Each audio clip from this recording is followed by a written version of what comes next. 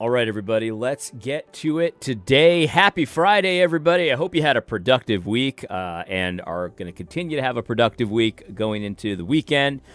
I hope you had a weekend plan, too. You know what I mean? I've got a few things planned, and I'm definitely going to watch the Rangers open up the playoff series against the Capitals, which, we should be able to beat them, but, you never know in the playoffs. It's always a bit of a toss-up.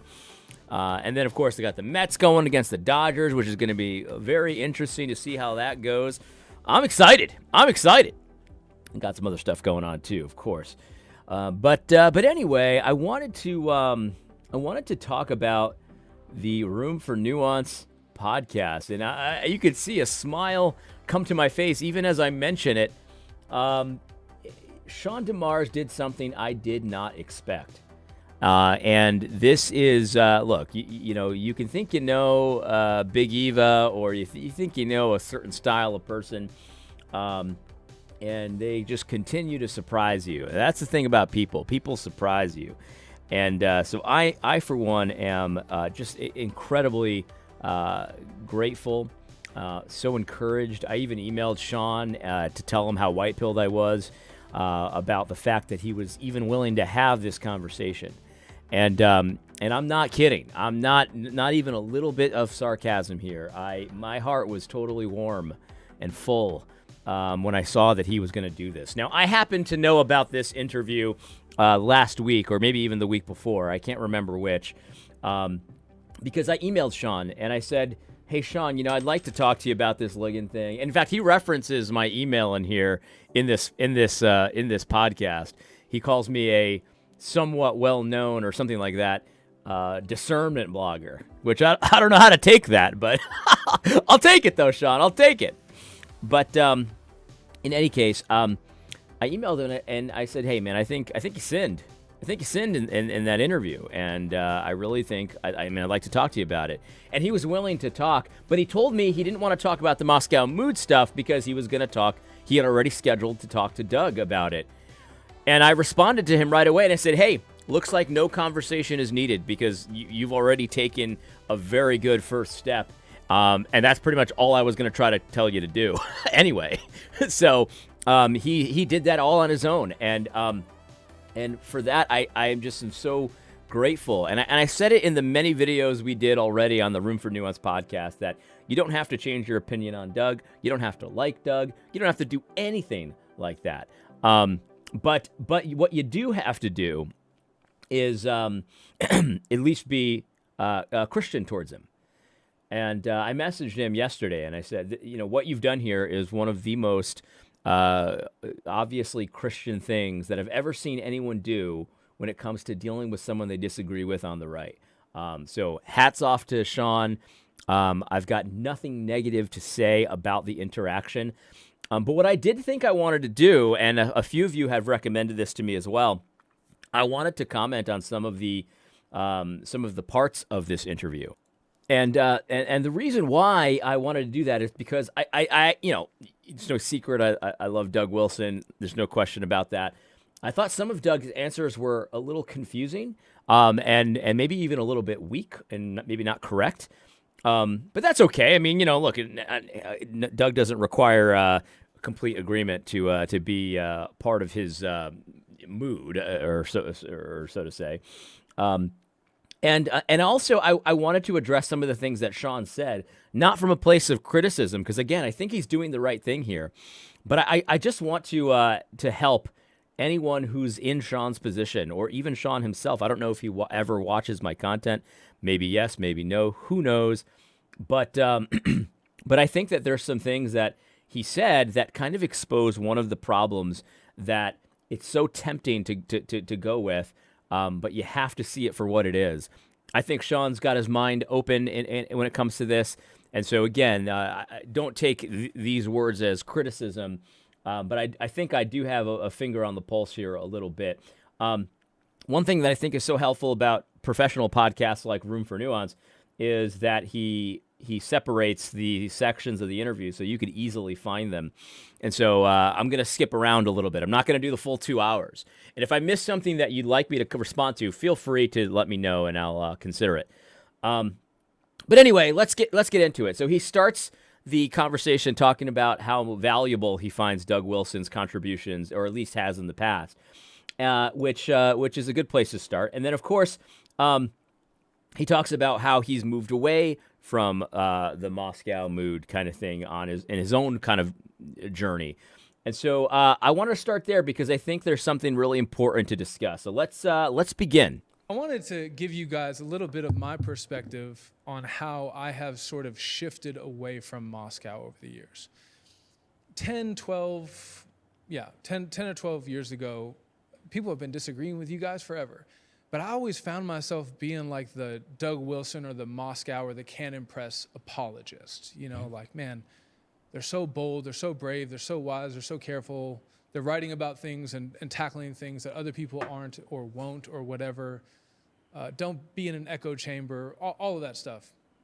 But what it felt like happened to me, especially over the last 7 years of me being a pastor, is it felt like death by 1,000 cuts. It felt like, okay, well, I don't agree with what he said about certain aspects of chattel slavery in the United States, but he says all this other good stuff. And then it was, well, yeah, I don't agree with theonomy, you know, but there's all this other good stuff. And no, federal vision, you know, I'm not even sure I really understand it, but from what I do understand of it, I don't really know. Right. And yeah, I did see that article where he used the C word, you know, so it felt like after a while, I just could no longer have the same kind of enthusiasm and vigor in defending, promoting, giving away resources from you guys. Not that you need me to do that, but I'm just trying to share my perspective with you on kind of how I got to where I've gotten in my relationship with Moscow. So let me stop right there. And Doug gives a really good answer here that I think would be very surprising to a lot of his most aggressive critics. But that death by 1,000 cuts thing that he says, this is absolutely the strategy, Sean. This is the strategy. So what's happened a lot of the times is that a lot of his most aggressive opponents have decided the narrative on Doug, right? And the narrative sounds something like this. He's a misogynist, he's a racist, and he's a heretic, right? Those are the essential points of the criticism. And then so what they do is they will point you to various things that, in their opinion, prove their essential thesis. And every single time, they will bring back the thesis. He's a misogynist. Look, he said cunt. He's a racist. Look, he doesn't think that chattel slavery was as bad as I think it was. And he's a heretic. Look, he's a federal visionist. Look at this thing he said that's a little different than what we've said in the past. And then you hear it again and again. He's a racist, a misogynist, heretic, a racist, a misogynist, heretic, a racist, misogynist, heretic. And the strategy is, Sean, that they know a lot of people will take the bait. And they'll say, well, I don't understand federal vision, but you know what? Where there's smoke, there's fire. You know, I don't really agree with him on the slavery thing, but you know what? Where there's smoke, there's fire. Yeah, I mean, I wouldn't have used the word cunt, but and I know he's written a lot on sexual relations that are really good, but man, he used the word cunt, so it must be misogynist, because I've heard it again and again. Where there's smoke, there's fire, and that's the strategy. That's always the strategy. That's the strategy of leftists. They say Trump is a racist long enough, and then you don't even know why it started, but you know, I guess where there's smoke, there's fire. So it's death by 1,000 cuts, and what it requires is just repetition and a few clips that you clip here, clip there, and you know that they're a little bit shocking and stuff like that. And you don't agree with them, and then you say, well, where there's smoke, there's fire. That's the strategy. That's exactly what the strategy is. And so you need to recognize that. It's as simple as that. You need to recognize the strategy for what it is. And, it comes to the point where, you have to understand that this kind of conversation is what needs to happen and what needs to be looked at in order to really understand, well, is there really fire, or is this just a lot of smoke? And is it the case that there's a handful of people that hate Doug Wilson's guts that really just have smoke machines, and they're just blowing smoke everywhere and saying, well, there's a fire, got to be a fire. That's the thing. You've got to be willing to do that kind of stuff, especially, Sean, when you know for a fact that he's been right and good and helpful on so many things. It doesn't mean there isn't a fire, but it does mean maybe you should check it out first. You know what I mean? The boy cried wolf quite a few times, and it doesn't mean that just because he's done it so many times that there definitely has to be a wolf. It could mean that he's just deceiving you. Or maybe there is a wolf, and you got to check it out. So that's what I'll say to that. Now, Doug gives a really good answer here about how, well, you're a pastor now, and so you need to be a little bit more careful than when you were just someone in the pews, because someone in the pews has no responsibility. Well, I mean, that's not true. He doesn't have no responsibility, but he doesn't have the same responsibilities. And so while I'd understand fully why my brother, who's a PCA minister, might not recommend, blanket statement, Stephen Wolf's book, without any, I don't know, teaching or qualifications or something like that, I might understand that. I might get it. I'm not saying he does that, by the way. I'm just saying he might. Whereas me, I could say, yeah, read this book. It's a really good book. It'll help you. And I don't have any responsibility for this condition of his soul, and I'm not watching over him and stuff like that. It makes a big difference. And I thought that what Doug Wilson said about him reading Rushdoony and Gary North as a pastor was different than him reading Rushdoony and Gary North as a regular Joe. I agree with all of that. It's all really good stuff. So I'd recommend that you listen to his answer. I'm going to skip the Federal Vision stuff. But if you are confused about the Federal Vision, I found that part really good. And also, my wife, I'm definitely very Federal Vision friendly.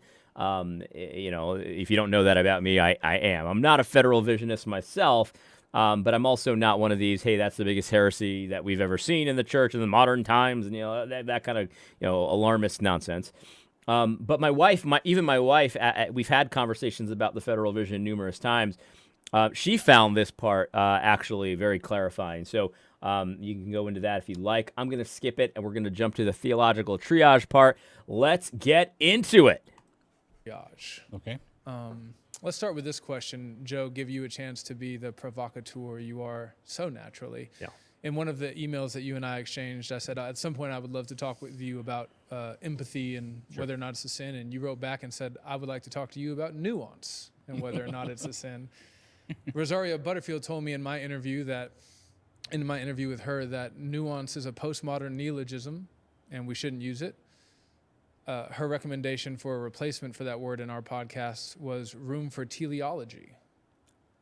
Horrible name. Anyways, so what say you, Joe Rigney? Is nuance a bad word? Should we not use it? Okay, so let me stop right there, and I'll give you my response to this. But I think I do want to listen to Joe's response too, because I think Joe Rigney's presence in this interview was so helpful. Very, very good stuff. I thought it was excellent in general. And so my take on nuance is that it doesn't have to be a dirty word. In fact, I call Doug Wilson the nuance king, because sometimes things have to be nuanced. And I'm just kind of using that term kind of in an off-the-cuff kind of a way. But I think that Rigney's criticism of nuance, and also Doug's, is exactly the problem with the bad kind of nuance. And so they want to use a different word. They want to use the word clarity, because there is a kind of nuance that brings clarity. But too often, nuance, and I think that sometimes the way that Sean DeMars uses the word nuance is not about clarity. It's about obfuscation and confusion, and having these weird tensions that don't resolve ever. I think that's actually a really good criticism of the bad kind of nuance. And so I want to let you guys hear this. I think, because I've often said that nuance doesn't have to be a dirty word, although I often use it as a dirty word because it usually is not a good thing.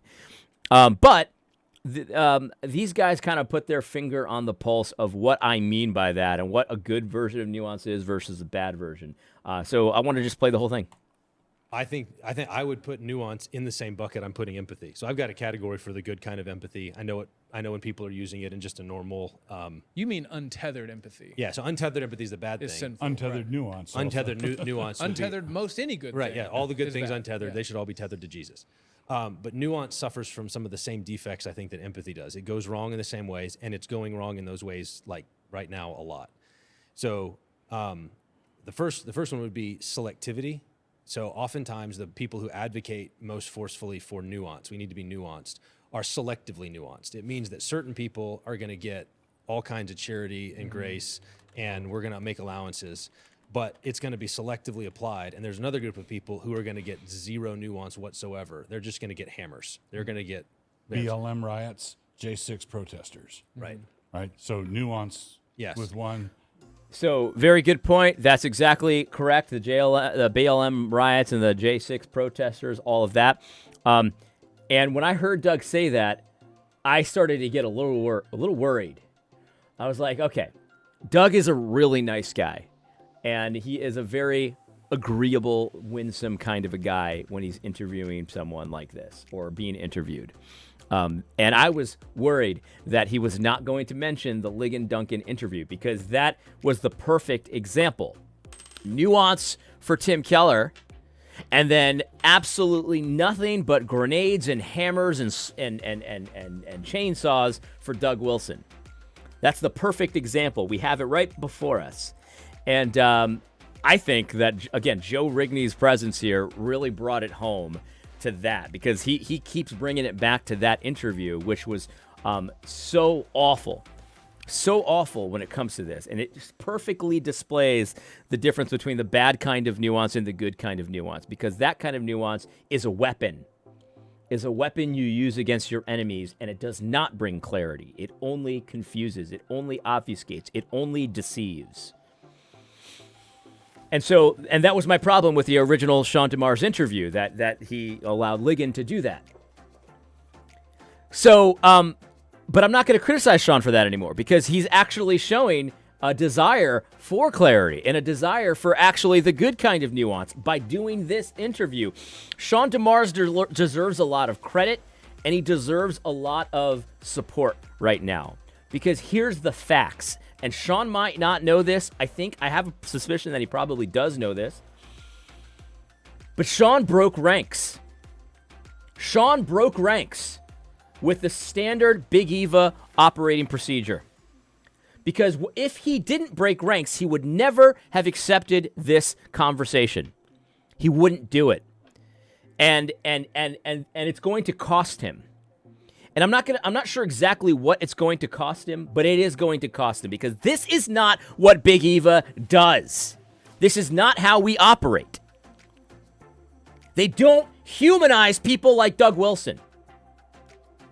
They demonize him.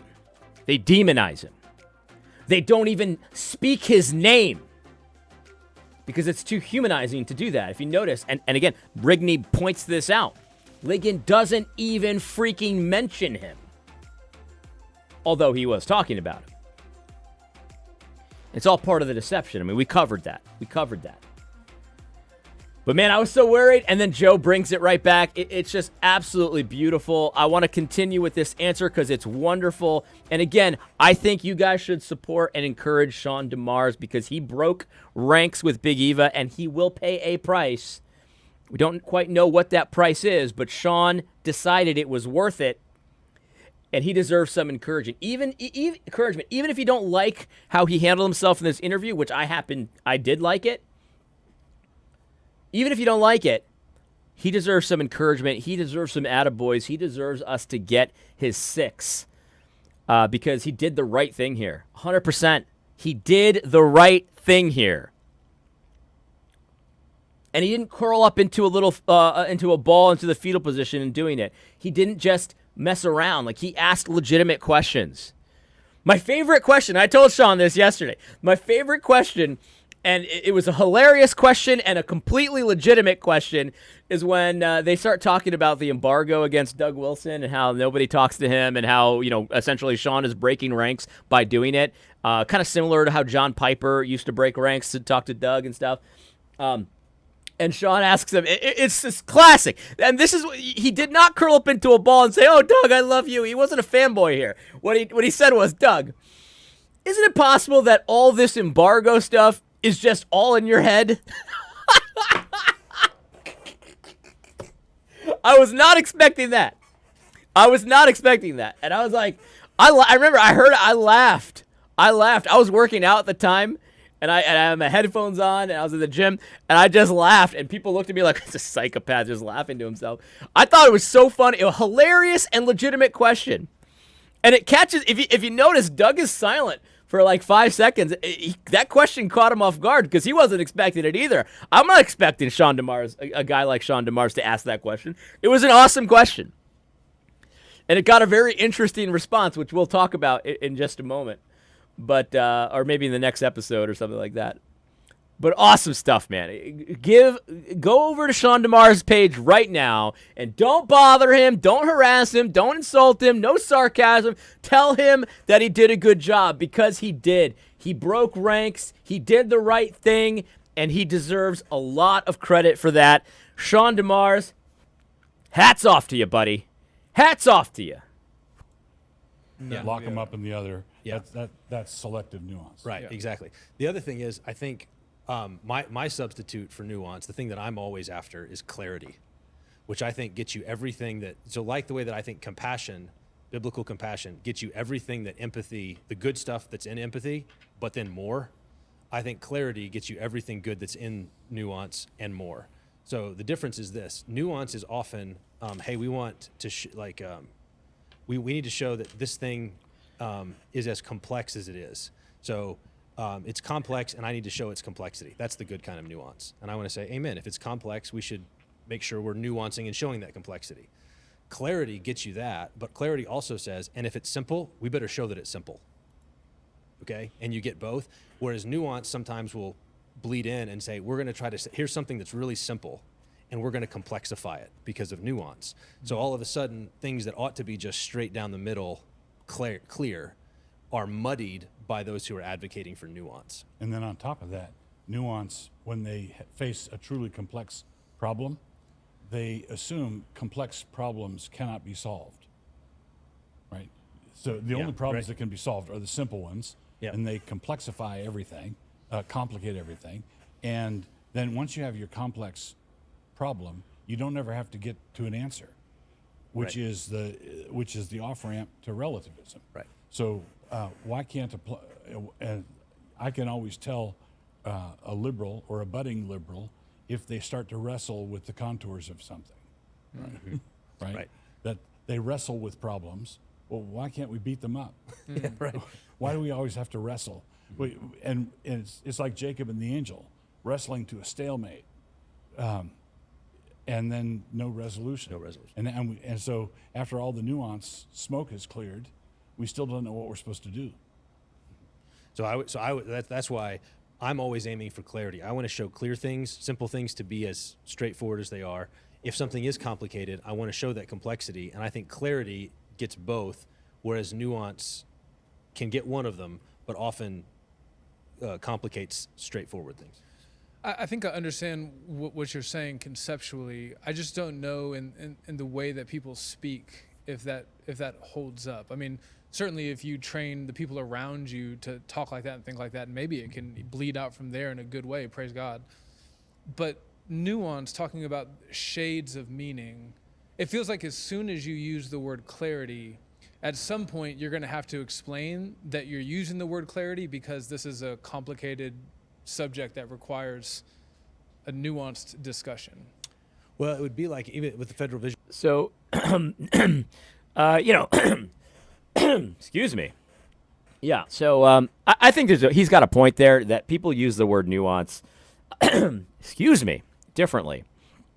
And so, I don't really have too much of a problem with just continuing to use the word nuance. But you do have to, when you're using the word nuance, you have to be disciplined in how you use it. And there's a zinger coming up right here that I think really kind of puts a fine point on the problem with nuance. Let's check it out. Vision thing. That's what I was thinking. So there's a good example of there's layers of issues involved here, from your practices to what you think the practices mean to this theology that undergirds them. There's lots of layers involved there. So you would say, hey, let's be nuanced about this. I'd say, just as simply, let's be clear about it. Let's clarify what the nub of the issue is at each place. But the goal of clarity is to then bring resolution. Now we got to choose, is it this or is it that? It's going to push us towards action, whereas nuance allows us to kind of sit in the fog. That's at least the danger of it. Yeah. But if someone, so I know that when you're doing it, you got a podcast named Room for Nuance, and having listened to it, I think you do a great job of trying to bring the clarity. I think you're trying to bring clarity and using it for nuance.